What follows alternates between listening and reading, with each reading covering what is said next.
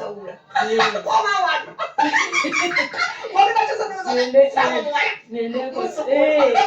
Nende bichebyo yukira tusene siye nonyeza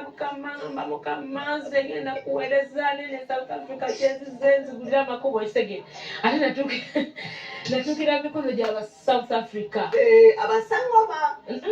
abasangoma sebe aba South Africa abasangoma bana abasaula mpulira so natukira bali bambitemwe nchakola temwe banyamba so nembera obulamu nembera buzibu sina muna Uganda gwenda bako ngamba kati omunayuganda gwe nasooka okulaba nangamba omanyi omulimu oguliwo nga mugamba kati nga fulirayo akalimu konna ndi mukozi nangamba omulimu oguliwo enda kutuula ku kompyuta obenga ogamba nti katugambira ni give an example oba Dora Enterprises tujjamu embuto sex abortion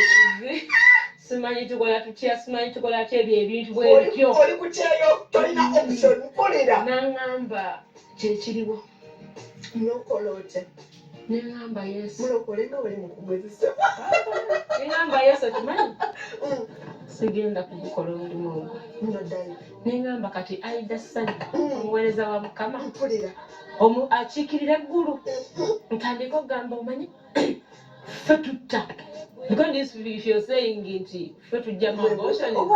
ffe basi mpulira jangu ffe basi nakirowoozaako nga ndaba sikisobola nengamba Yesu sorry oyitawo kyakati olwobeerawa mbeeramu abazulu Soweto mbeera Soweto nembeerawo obulamu ne busobera so somehow someone nanconnectinga ku Munnayuganda omu nga yava eno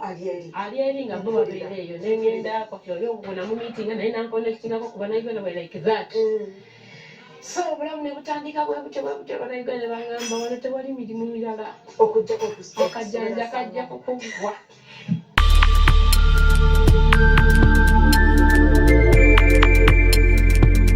You are watching BGP TV, The Father's Heart.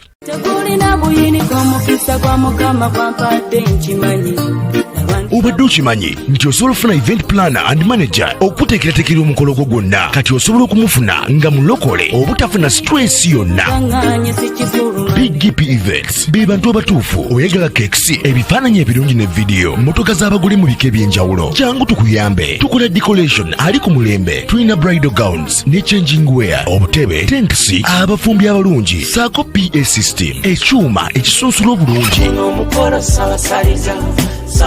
ate nga tukulira ne bajeti y'omukolo gwo ejja mu nsawo yo saakuba ashers baffe abali smart abataswaza mukolo gwo n'abogezi b'emikolo abalungi bakatumwa ate nga tusobola n'okufunira reception y'omukolo gwo katoyagala suuti makanzu agatwalibwa ku buko oba gomesi tubikufunira ku bisale ebirungi BGP Events bwetegeka omukolo tukuletera n'abayimbi abasanyusa abagenyi bo saako kukola selection y'ennyimba ezigendera ku mukolo gwo.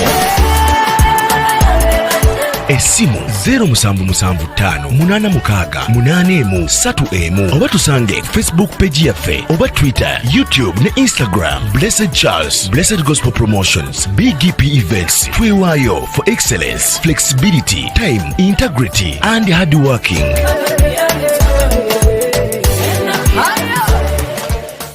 BGP Events, likinga, subscribinga, oba ogoberere era oyanirize n'omulala byonna bya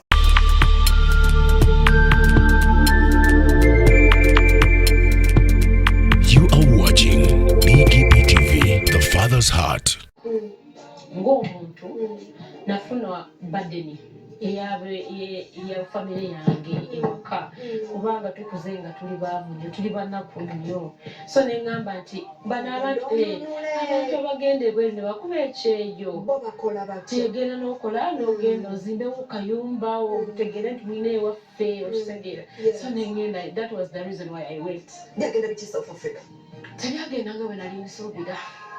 Otuuka bannange otuuka nga bwe nali mbisuubira bulamu bwali buzibu mukusookera ddala ne buzitowa ne baŋŋamba ngendo bino nkola ebyasangoma obimanyi ebyasangoma ng'ogenda kusawula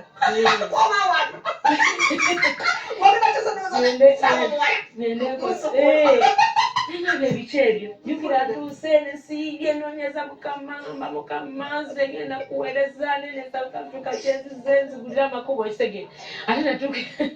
natuukira mikono gy'aba South Africa abasangoma si aba South Africa abasangoma bana abasawula mpulira so bwatuukira bali bambi temumanyi kyakukola temumanyi banyamba so nembera obulamu nembera buzibu sina munauganda gwendabako naŋŋamba kati omunauganda gwe nasooka okulaba naŋŋamba omanyi omulimu oguliwo nga mugamba kati nga nfunayo akalimu konna ndi mukozi naŋŋamba omulimu oguliwo enda kutuula ku kompyuta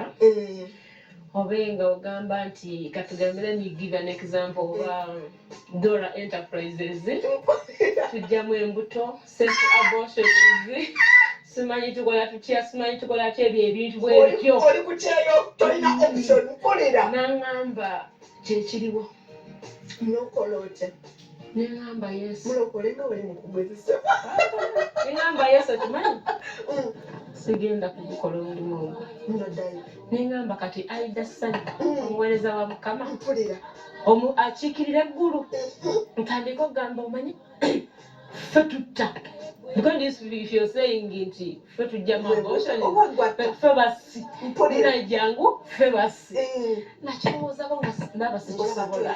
neŋŋamba yesu neŋŋamba oyitawo otya kati olwobeerawa mbeeramu abazulu Soweto mbeera Soweto nembeerawo obulamu ne busobera so somehow someone nanconnectinga ku munauganda omu nga yava eno ali eri nga bo babeera eyo nengenda kati oli obugona mu meetinga naye nanconnectingako ku banauganda bwe like that so obulamu ne butandika bwe butyo banauganda bagamba wano tewali mirimu mirala okajjanja kajja kukuggwa neŋŋamba ze ni mukazi mulokole omuweereza wa Mukama mbadde nkola ne pasita Bugembe sisobola agamba akajjanja kajja kukuggwa nenze nensaba nga nensiiba mu katenti awo kyaki nga kuyita Kalina kyaki Soweto nga womazeyo bbanga ki banga nno nga ligendera mu myezi oba eri 3 embeera musane nga Mukama kimanyibwe nti Aida Sani kanfiire ku kyenowa kugwira naye nga kimanyibwe nti Aida Sani tagenda kola bwasangoma tagenda kwetunda tagenda kola bintu bwe bityo Mukama kamere wano banfa kirimanyibwa nti yafa Yesu yagaana omuyamba naye nga mwesi tasobola kuleka tasobola naye kimanyibwa nti Aida yafiira ku street zaawa eze South Africa naye nga agaanye ogenda wali ku Kaka Street okwetunda kubanga waliyo natuuka time nga mbeera ku Kempton Park waliyo street bagiyita Kaka Street nga wabeerawo abetunda 24 hours 24 hours bw'ogenda ku Nnyezi okumakya omusangawo obasangawo bw'ogenda ku Ssatu ez'okumakya obasangawo bw'ogenda ku Mwenda every time nga babeerawo kati omwami yali eyasooka n'anyamba n'enva Soweto omunauganda nantwala ng'abeerawo ku Kempton Park bwe ntuuka e Kempton Park a story cut short omwami from nowhere nali nkola bulungi era alina ka crutch like a daycare nkola bulungi ngenda nga bampaana n'okumpaana bubi nnyo nange tuba tumanya n'omwana nti akola bw'ati so mukola nnyo it was just one day nali ngenda kunona passport yange Pretoria omanyi okubeera mu sezo nga tolina passport it is something kati ngeze Pretoria okunona passport yange ku Sunday nali nakikola Sunday yokka kuba ze ennaku zonna nali nina okubeerawo nga ndisivinga abaana 12 nembeera nerisivinga abaana paka kiro so mbangeze e Pretoria okunona passport bwe nakomawo ne baŋŋamba pasita abadde akunona naŋŋamba okay kazire mu taliyo nkube essimu nga takwata nanga nja mulaba ekyo kumande nkeero ŋŋende nona essimu zo nekijja nga bulijjo ŋŋende nzigulira abaana abazadde abaleeta abaana naŋŋamba nyabo tetukyakola naawe nga wakoze ki saabaddewo ku sande mu saavisi nga ndi kubugwira nga renti aweddeko omwezi nga guweddeko ate eri sene ewaffe nti katambuleko omwezi nga bwennoonya osasula gw'ogendamu okisege tosusa nnaku like third tosusa third Dora nalaba mukama otambula ovaawo awoddawa nali mu karuumu omwo omusajja nampa ranzi oba 5 nga tenisasula rent nga simanyi kiddako nga simanyi kyerizaako nembeera awo nerinsobera nenzira mu karuumu neneggalira nensaba nensimba nensirikanya mukama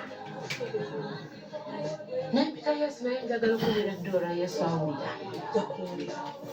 mbandyawo nga so stranded simanyi kiddako some pastor friend of mine nankubira from London bamuyitanga Pastor Jamil ng'alina muwala we ng'amukoledde bulungi ayagala muleetako holiday naye ng'ayagala omuntu amusiivinga South Africa mpulira awo mbadde tansomenyeko omutima otyo kati bwamuleeta wajja n'agamba agenda tusasula do 3 days rent aweddeko n'agamba agenda kubusasira kati nga n'oli mu kuyiiya ng'ali omukwano gwange ali Swaziland yaŋŋambye funa engeri gy'otuukamu wano tulabe engeri naye n'okutuuka Swaziland njukira ng'ebipapula biweddeko ngeri gy'okulosinga borders nga ndyawo bannaye nga simanyi kiddako nankubira nendusiivinga muwala we nasasulire ennaku 3 ng'atuliisa ng'atunywesa nga twebaka bulungi hotel mpulira kuba wano obulamu butandise okyuka otyo naye nkola ki nembeera awo on the 3rd day ng'omuwala agenda omwami n'agamba agenda kunsasulirayo omwezi kati aba asasulidde omwezi that very night nga waliyo mukwano gwange bamita Susan abeera US ng'angambye waliyo pasita mukwano gwange ali Johannesburg mukubireko pasita oyo nga namuweerezaako message n'ataddamu n'embita on that 3rd day ng'omuwala ono agenda madaga Aida can I see you oliwa nemukubira essimu n'akwata netuuge n'agamba linnya katonki kasula buli kimu kitabula tuwumulamuko obuyimba yayimba sokonyimbire mu kuluyimba lwokyo ofunye musala kikume na sala esalereta ate esale kuma okimanya ekifo ekyo kyolimu wakifuna musala ddala kituufu wano nafuna musala Esta teyerabira Modekayi nga yamuyambye okutuuka wali n'obwo obuweereza bw'olimu omusingi sala osimbudde yingini ogijjemu onomumayirawa buuza olinga omulwanyi agenda ku lutalo neerabire mundu amazima ebiddirira nawo obiraba batuleka sala tulabye nnyo mama wano juzi wasaba Katonda omukyala era yamukuwa kati waliwo ebitabu sonoonya senga mbuuza senga ye yamukuwa tuwumuddemu katukoma otamuma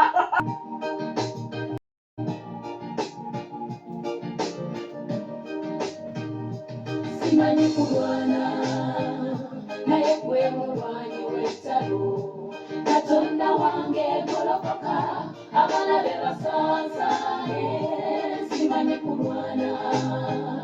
naye gwe mulwanyi w'ekitalo Ega wangula mtambuza kalima muba wanguzi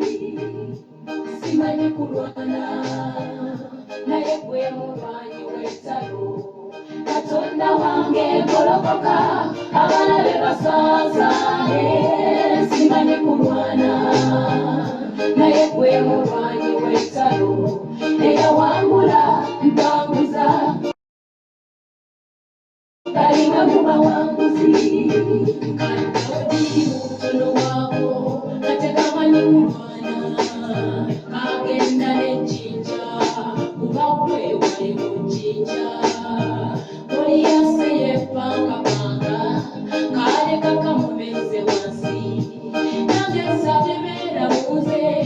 bankule ebibadde binnemye luno olugendo lw'ennimu toba nange zesanze maama kuba omubi anoonya ayagala nsuuze zekyennina naye gwe alfa era omega the beginning and the end kyewatandika muze mukama nsaba omala tonda weerya simanyi kulwana naye gwe Katonda wange golokoka abalabe basanzaane simanyi kulwana naye gwe mulwanyi w'ekitalo eyawangula mtambuza kalima muba wanguzi Yesu wange simanyi kulwana naye gwe mulwanyi w'ekitalo Katonda wange golokoka abalabe basanzaane simanyi kulwana naye gwe mulwanyi w'ekitalo eyawangula mtambuza kalima muba wanguzi Ekirooto naye ate abalabe bakyo bangi olumu basudde ne mubunya n'olulala baagala kuzita bantuuze mu nsi tesimanyi eyalina taata kaakano omuddu ate ne mukyala Potifa mulabe wampaliriza naye oli Katonda atalimba saatejjusa mu kigambo kyo luliba lumuwa n'abantuuze balidde ne banvunnamira siba amazima mu kiweto mukyala Potifa ng'aze mudduke lwana okulwa n'okulungi okw'amagezi okw'obuwanzi simanyi kulwana naye gwe mulwanyi w'ekitalo Katonda wange golokoka abalabe basanzaane simanyi kulwana naye gwe mulwanyi w'ekitalo eyawangula mtambuza kalima muba wanguzi simanyi kulwana naye gwe mulwanyi w'ekitalo Katonda wange golokoka abalabe basanzaane simanyi kulwana naye gwe mulwanyi w'ekitalo eyawangula mtambuza kalima muba wanguzi mtambuza abalaba b'omubiri era n'ab'omwoyo mwanira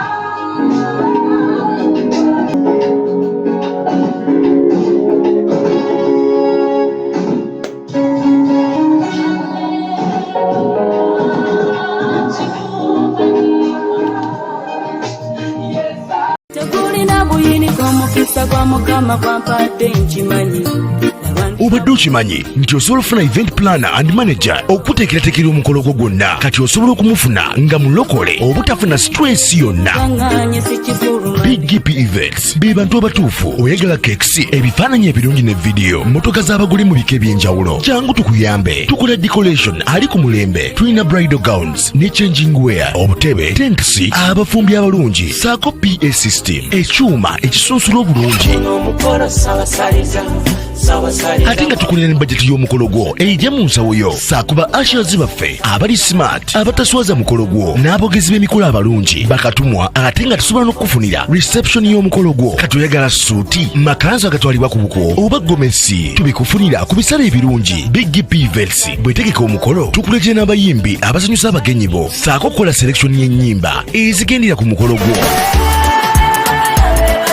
Esimu 07758683 oba tusange Facebook page yaffe oba Twitter, YouTube ne Instagram. Blessed Charles, Blessed Gospel Promotions, BGP Events. Twewayo for excellence, flexibility, time, integrity and hard working.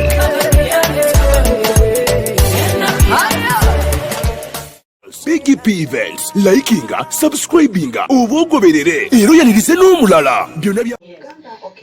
So, natukola simple something South Africa. Naye before that, nga nawe otulina ebintu bingi byettakwatagana naye nga bw'omanyi nti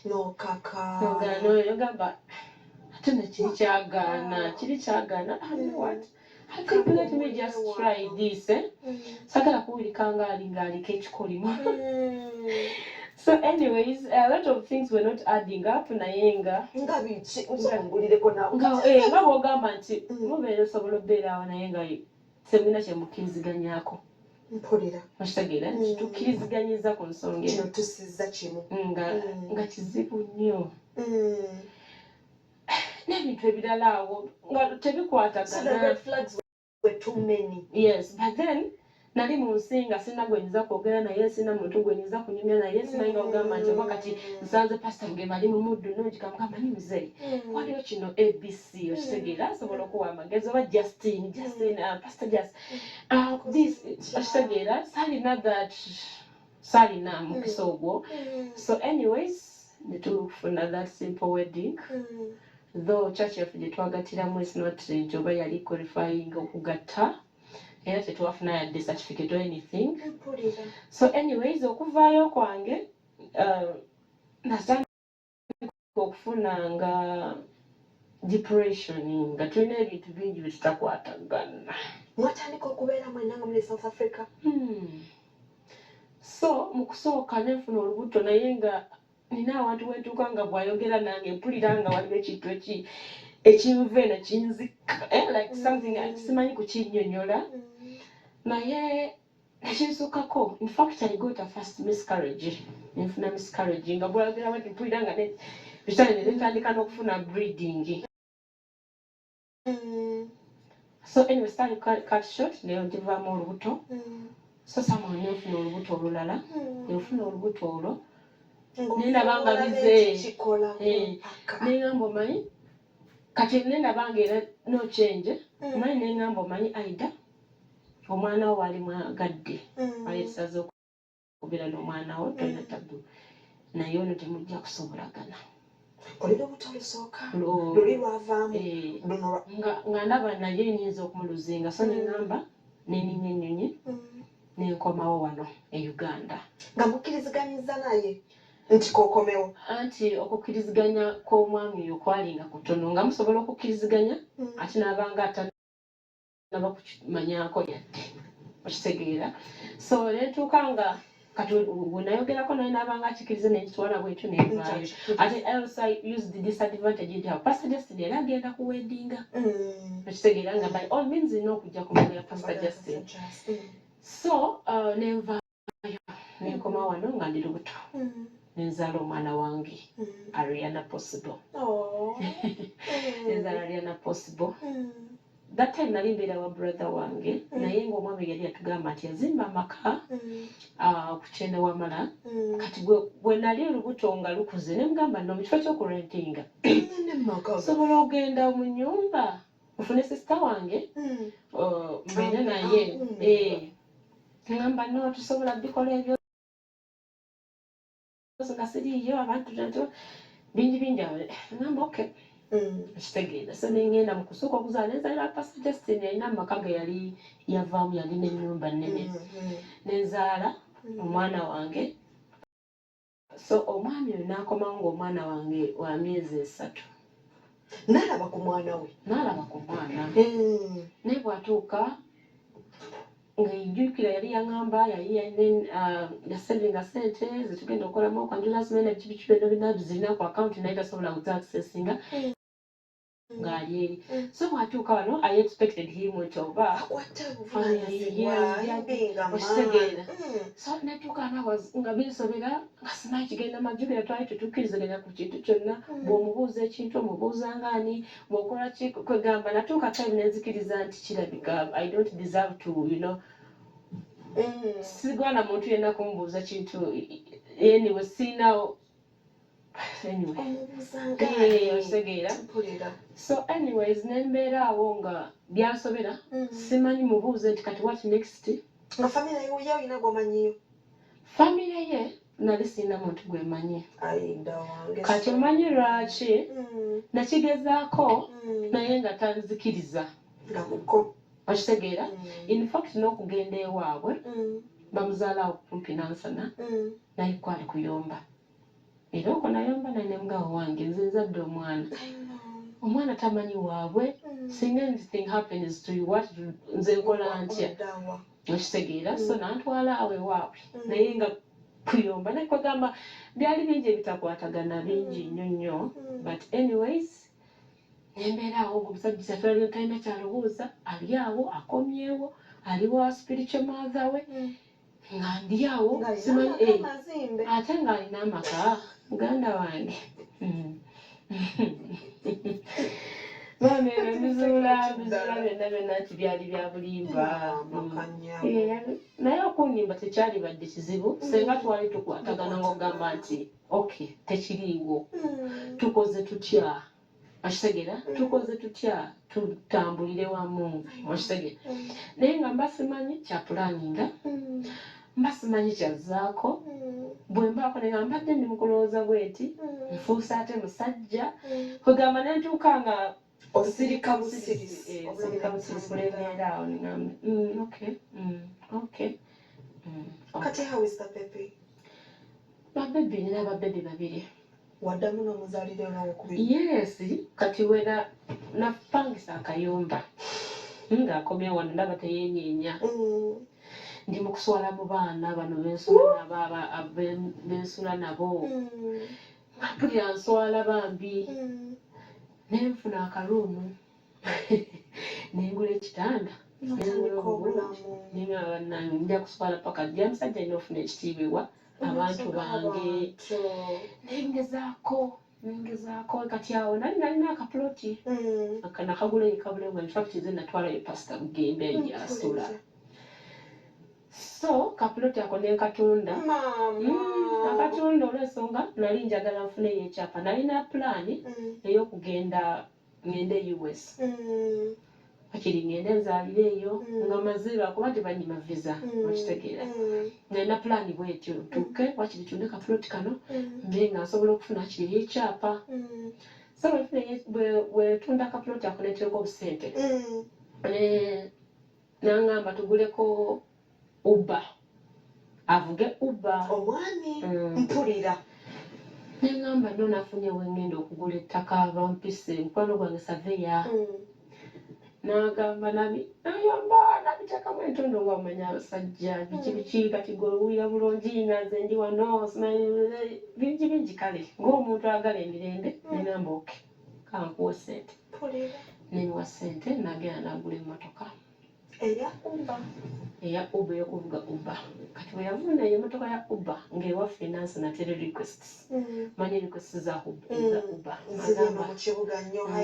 ziriyo zimunyonyo whatever so ng'agenda bw'atyo naye nga mbw aba talina amafuta gamukomyawo waka nga bambi agenda bw'atyo n'atandika okukola naye nga tuyinza omala wiiki 2 nga tetumulabyeko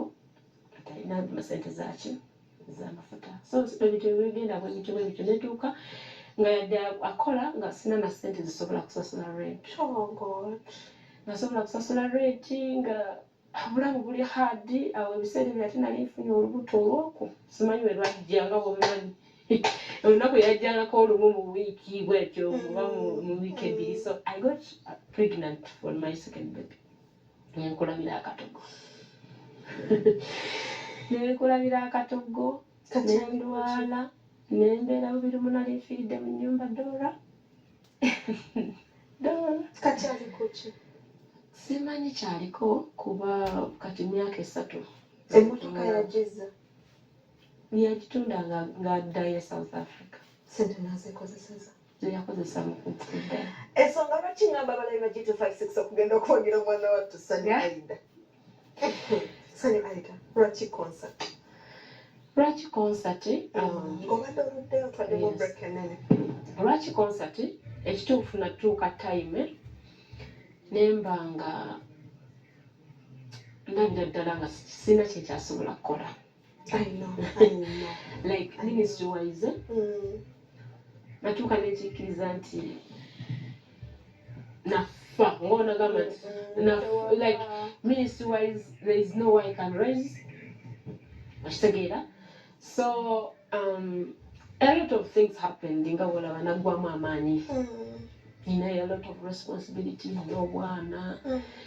nina okunoonya renti nina okunoonya engeri gye bakyebanali abo baba balwadde okitegeera ate nga I wasn't having it guno gwe mulimu so generally embeera eyankuba nempulira nga sikyalinamu yadde so emabega mu kusaba n'okunoonya mukama nempulira nga I think I can rise again. Really? Yes. Nekijjanga bwe kigenda nenjogerako ne Pastor Gebe nagamba no you need a song wetaaga ofuna osooka oluyimba promoting ebiki ninga neza promotions zirina nezigenda mu studio bampa offer just okitegani Brand Beat yampayo oluyimba awo ne Pademan nampayo oluyimba yes nakola oluyimba lwe luyita Nchalira Pademan yakola oluyimba luyita Nchalira ne gundi yankoledde oluyimba lwasina luteekayo ku YouTube Brand Beats naye nga sina nazi promotinga kati neŋŋamba nti muli mutima nempulira nga if I do something like a concert one it is going to give me energy kutandika okunoonya abantu nga Dora okutandika okunoonya mikwano gyange I start from there yes mainly njagala kudda mu kuweereza Mukama Amina nnyo nyimire mu luyimba lw'omuyimbi wa gospel wano mu Uganda omukyala asinga okuyimbira tunuulira ensi gye watonda era nkitegedde watawakimpisa gyawapasita sabula waliwo bye ndaba neneebuuza oba wabikola otya amagezi n'okutegeera oli wala nnyo okug'abantu ne mu bigambo bye mmanyi zembuliddwamu ekiyinza okunnyonnyola oli Katonda oli Katonda oli Katonda weewuunyisa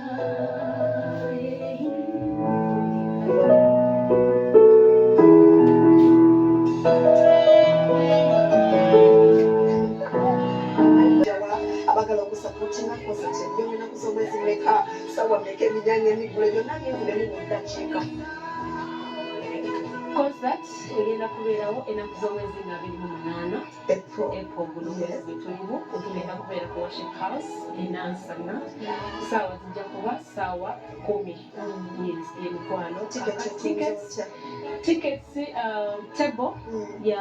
emitwalo 5 mukka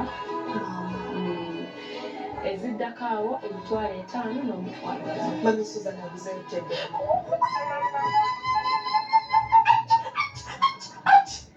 ekyo kiwe ngenda kuzinamu amaaso ga ekyo kiwe Mwana yanziza nze mama woweze God bless you tugenda kwambaza Are you serious? engoye bbiri ez'ebbeeyi Mwana yanziza nakoyagala ogenda okuyoma mukama tumwebaza nti wakomawo bulungi ate tukkiriza Katonda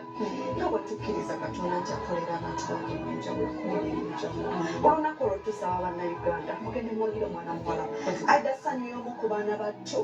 abaliwo ebiseera biri nga bayimbira ddala banoonyeza Mukama ayakusomooza kubaddewo waliwo nebyatakunyumiriza nze byemmanyi, that's why I'm tearing all through the program. Yeah, Blessed Charles agambye bw'ati, Blessed Charles agambye nti nakwagala nnyo abasindika webale kuleeta my sister bambi n'agamba mwaplaninga okukola concert era ne musaba mwenna naye Stanley Mulimba yasindika abatemu naye Mukama n'akuuma. You are more than a conqueror. Waliwo omulala bamuyita Kathiri ndakonsokera benalibwa. Wow, webale kusiima bagambye oli so smart, agambye akwagala nnyo nnyini ddala nalugema webale kubeerako love. Ono Kathy agambye nti naakwagala nnyo n'agamba aguze tickets 5 enamba yengenda gimuwa. Ono omulala Mukama Yesu Maxi n'agamba nti no, thank you so much for sharing naye ayagala kusisinkana ku show mwogere bisingakawo na foundation ayinza tuyambako ku baana. Mukama tumwebaza. Amina. Abba music agabda agenda kurimba naye kati njogere kindeke ki byonna ngenda bikuwa enamba zabe ngenda zikuwa ebigambo byebisembayo eri abalaba so pozi abadde obuuzize kirala nti abadde banjagala banfuna batya bazifuna batya esimu bagibba esimu bagibba sinafuna naye nina akasimu akatini tebakatwalako kali mu MTN 0733 amazima matuku amanyeza alina osobola okunoonyako mpolampola naye nga mwenna bwe bali bagoledde mbozi kutwalira Facebook egenda kubeerayo wenna wera nti okomeddwako okwala obula tiketi wagira abaana 23 tuli mu mbaga ya Gladys Mirembe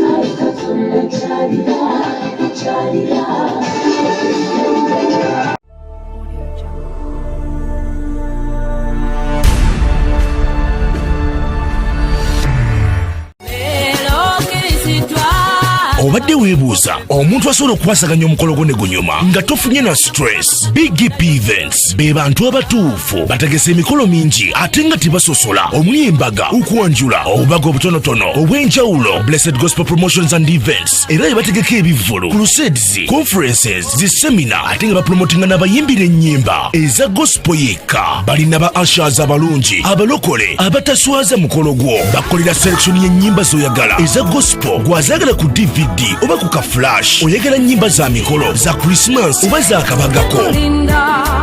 zonna bazikuselektingira. Batuukirire gwayagala audio oba video production, music direction, okuwandiika ennyimba. Oyagala sindika message nnyingi, bakola graphics ne designing. Balina ne ba service providers abeesigwa beweetaga ku mukolo gwo. Blessed Gospel Promotions and Events bw'obawa omukolo gwo tewejjusa. Bw'abaagala bakubire ku ssimu noti 775-886-3 obagenda ku Facebook page yaabwe Blessed Charles, Blessed Gospel Promotions, BGP Events, Excellence, Integrity, Time and Hard Working.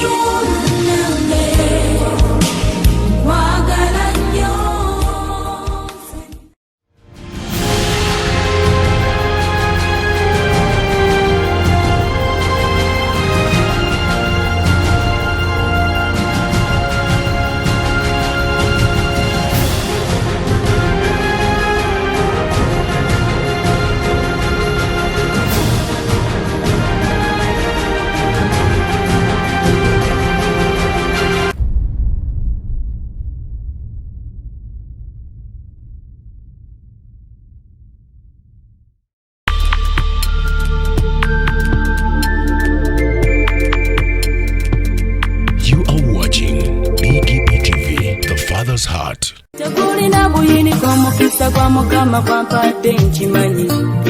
Obadde okimanyi nti osobola okufuna event planner and manager okuteekerateekera omukolo gwo gwonna kati osobola okumufuna nga mulokole obutafuna stress yonna.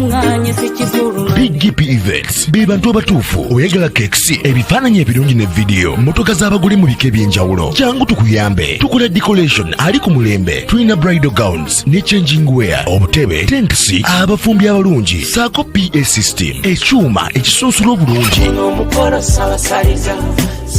Ate nga tukulira ne bajeti y'omukolo gwo ejja mu nsawo yo. Saakuba ushers baffe abali smart, abataswaza mukolo gwo, n'abogezi b'emikolo abalungi bakatumwa ate nga tusobola n'okukufunira reception y'omukolo gwo. Kati oyagala suuti, makanzu agatwalibwa ku buko oba gomesi, tubikufunira ku bisale ebirungi. BGP Events bwetegeka omukolo tukuletera n'abayimbi abasanyusa abagenyi bo, saako okukola selection y'ennyimba ezigendera ku mukolo gwo. Essimu 0775-86-3 oba tusange Facebook page yaffe oba Twitter, YouTube ne Instagram. Blessed Charles, Blessed Gospel Promotions, BGP Events. Twewaayo for excellence, flexibility, time, integrity and hard working.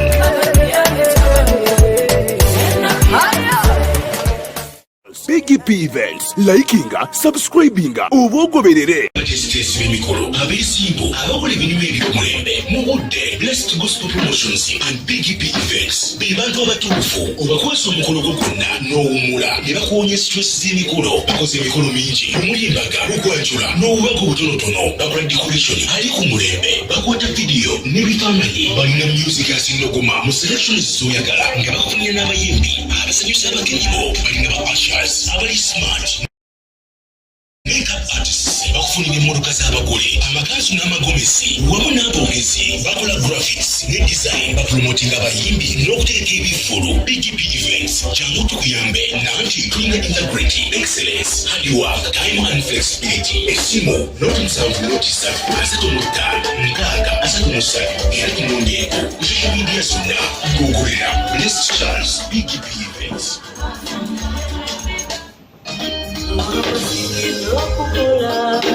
Obadde onoonya abatisitesi b'emikolo, abeesimbu, abakola emirimu eby'omulembe mu budde. Blessed Gospel Promotions and BGP Events bibantu abatuufu obakwesa omukolo gwonna n'owummula ne bakuwonya stress z'emikolo bakoze emikolo mingi omuyimbaga okwanjula n'obubaga obutonotono bakola decoration ali ku mulembe bakwata vidiyo n'ebifaananyi balina music asindogoma mu selections z'oyagala nga bakufunira n'abayimbi abasanyusa abagenyi bo balina ba ushers abali smart makeup artists bakufunira emmuluka z'abagole amakanzu n'amagomesi wamu n'aboogezi bakola graphics ne design bapromotinga abayimbi n'okuteeka ebifulu PGP Events jangu tukuyambe nanti tulina integrity excellence hard work time and flexibility esimu noti musanvu noti satu asatu n'obutaano omukaaga asatu n'esatu era kunoonyeeko social media zonna tugoberera Blessed Charles PGP Events.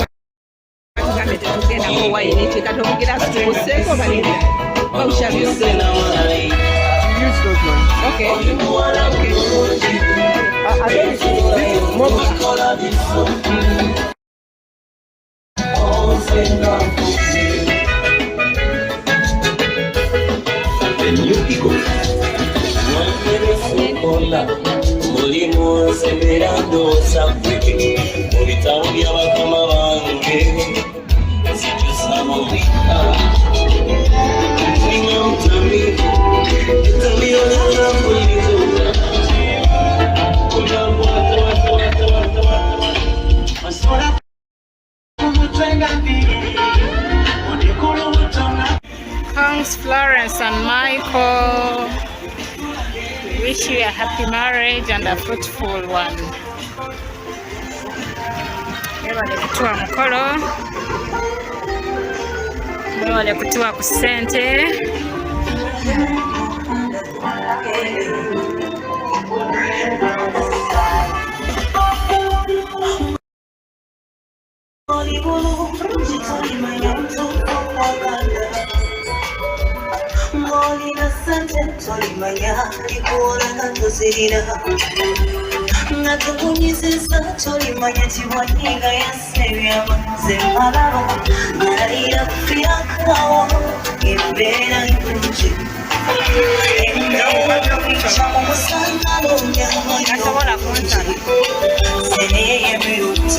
Tegulina buyini kwa mukisa kwa mukama kwa mpadde nkimanyi.